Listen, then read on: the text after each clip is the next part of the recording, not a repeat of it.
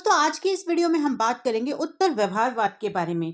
तो देखो, उत्तर व्यवहारवाद जो होता है ना, वो एक वैचारिक क्रांति है और ये व्यवहारवाद का सुधार आंदोलन है।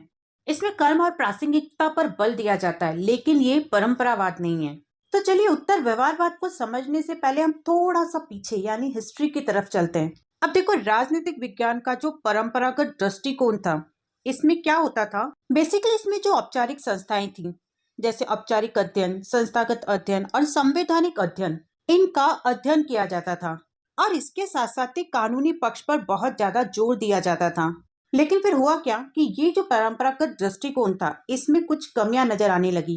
तब जाकर कुछ विद्वानों को ये महसूस हुआ, उन्हें ये जरूरत लगने लगी कि इन औपचारिक पक्षों से ध्यान हटाकर जो अनौपचारिक तत्व है, अनौपचारिक कर्ता है, उन पर भी अब थोड़ा ध्यान देना चाहिए, क्योंकि वो भी राजनीतिक विज्ञान में एक महत्वपूर्ण भूमिका निभा रहे हैं। बस यही वजह थी कि अब व्यवहारवाद को अस्तित्व में लाया गया। अब व्यवहारवाद यानी बिहेवियरिज्म की जो शुरुआत है, वो 20वीं सदी के पहले दशक में जेबी वॉटसन के जरिए 1913 में जॉन हॉपकिंस विश्वविद्यालय में की गई थी। हम इसे इस तरीके से भी कह सकते हैं कि जब वर्ल्ड वॉर सेकेंड हुआ था, तब व्यवहारवाद अस्तित्व में आया था।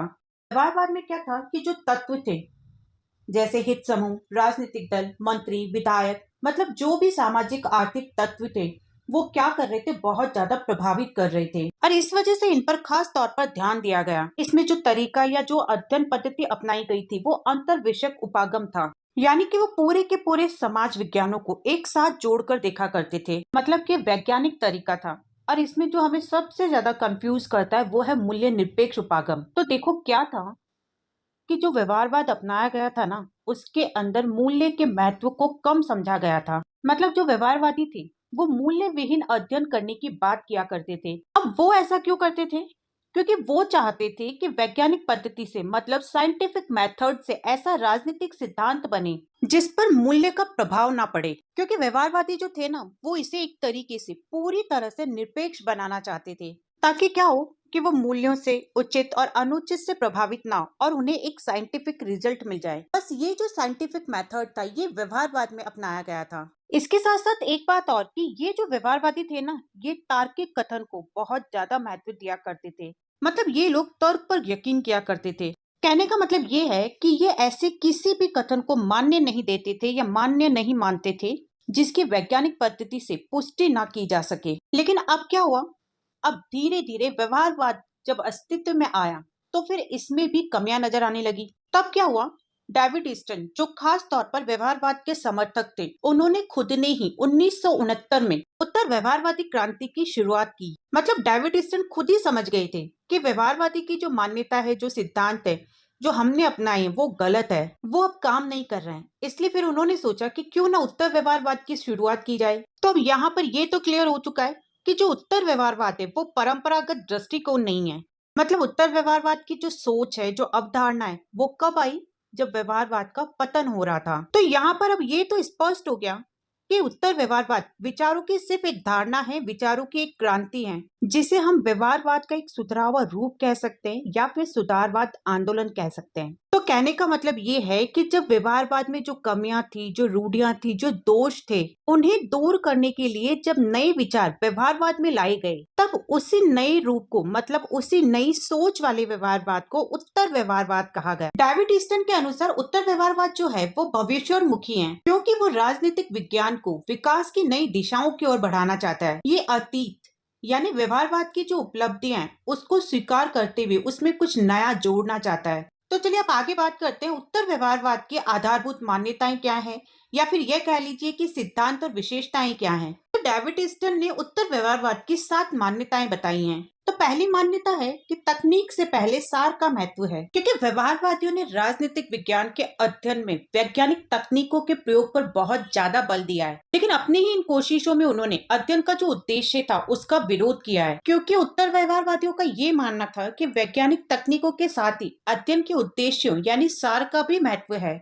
उनका ये कहना था कि क्रम की नजर से अगर देखा जाए तो तकनीक से पहले सार की जगह आती है, इसलिए पहले अध्ययन का उद्देश्य तय किया जाना चाहिए और फिर उसके बाद इसकी प्राप्ति के लिए वैज्ञानिक तकनीक का प्रयोग किया जाना चाहिए। मतलब उत्तर व्यवहारवादियों के अनुसार अध्ययन का सार हमारे समय की समस्याओं का हल ढूंढना है, और इस सार को यानी इस उद्देश्य को पूरा करने के लिए तकनीक का प्रयोग होना चाहिए। इस बात से उनका ये निष्कर्ष निकलता है कि शोध के लिए तकनीक यानी उपकरणों की जरूरत तो होती है, लेकिन इससे भी ज्यादा महत्वपूर्ण वो उद्देश्य होता है जिसके लिए तकनीक को अपनाया जाता है। क्योंकि क्या होता है कि अगर इन दोनों में से किसी एक का भी त्याग करने की जरूरत पड़ जाए तब तकनीक का तो त्याग किया जा सकता है, लेकिन उद्देश्य यानी सार का नहीं। अब दूसरी मान्यता उत्तर व्यवहारवाद सामाजिक परिवर्तन पर बल देता है। अब क्या था कि व्यवहारवादी जो थे ना वो वैज्ञानिकता के नाम पर मूल्य निरपेक्ष अध्ययन पर बल देते थे, जो कि मैं आपको अभी पहले बता चुकी हूँ, और उन मूल्यों का समर्थन नहीं कर पाते थे जो सामाजिक विकास और परिवर्तन के लिए जरूरी हैं। वो सामाजिक उथल पुथल उदासीनता के साक्षी बन जाते थे और फिर इस तरीके से अप्रत्यक्ष रूप में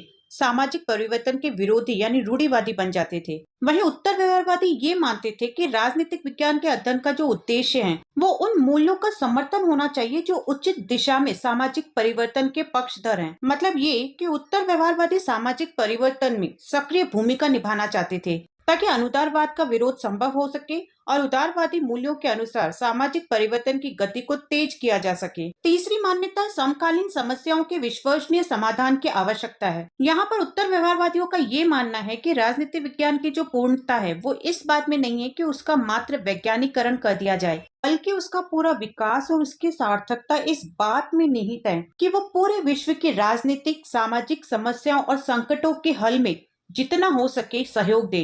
इसलिए जरूरी है कि राजनीतिक विज्ञान राजनीतिक सामाजिक असंतोष, दबावों, तनावों, संघर्षों, सामाजिक विघटन और इनके पीछे सक्रिय आकांक्षाओं और भावनाओं को समझने की कोशिश करें और इन राजनीतिक सामाजिक समस्याओं और संकटों का हल ढूंढने में सहयोग दें। इसलिए उत्तर व्यवहारवादियों ने व्यवहारवादियों पर यह आरोप लगाया कि व्यवहारवादियों ने यथार्थवादी राजनीतिक अध्ययन पर बल देने के बावजूद भी राजनीतिक जीवन की इन कठोर वास्तविकताओं की पूरी उपेक्षा की थी। उन्होंने ये बताया कि हमारा युग विश्वव्यापी बहुत सारी समस्याओं से पीड़ित है, जैसे आणविक युद्ध का भय, शास्त्रों की दौड़, बढ़ती जनसंख्या, गरीबी, बढ़ता प्रदूषण, अंतर्राष्ट्रीय आतंकवाद, सामाजिक विघटन। इसलिए उनका ये मानना था कि राजनीतिक विज्ञान का यह दायित्व है कि इन समस्याओं और संकटों से मानव समाज की रक्षा में अपना सक्रिय योगदान दे। अब चौथी मान्यता है मूल्य राजनीतिक अध्ययन का अभिन्न अंग है।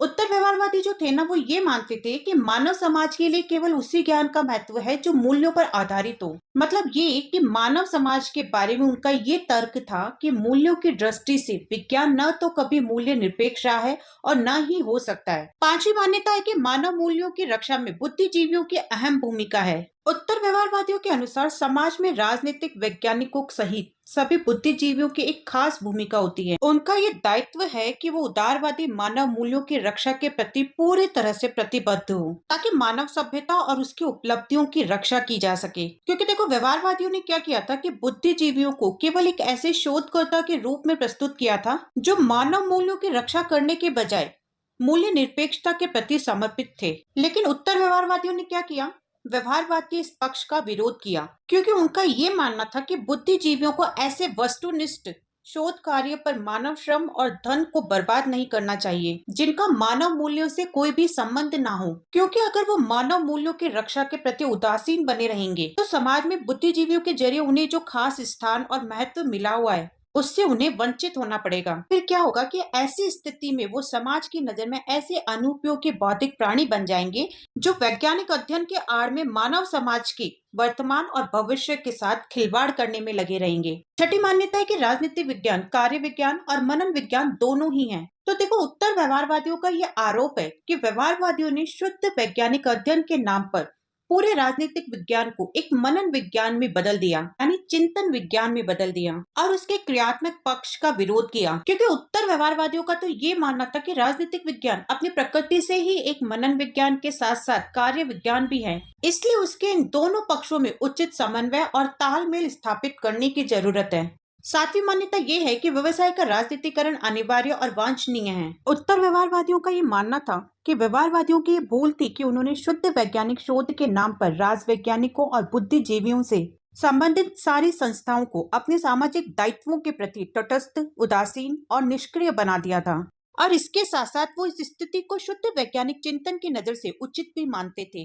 उत्तर व्यवहारवादियों का ये मानना था कि इन सभी संस्थाओं और संघों को अपने सामाजिक दायित्वों की पूर्ति के लिए ज्यादा से ज्यादा सक्रियता दिखानी चाहिए।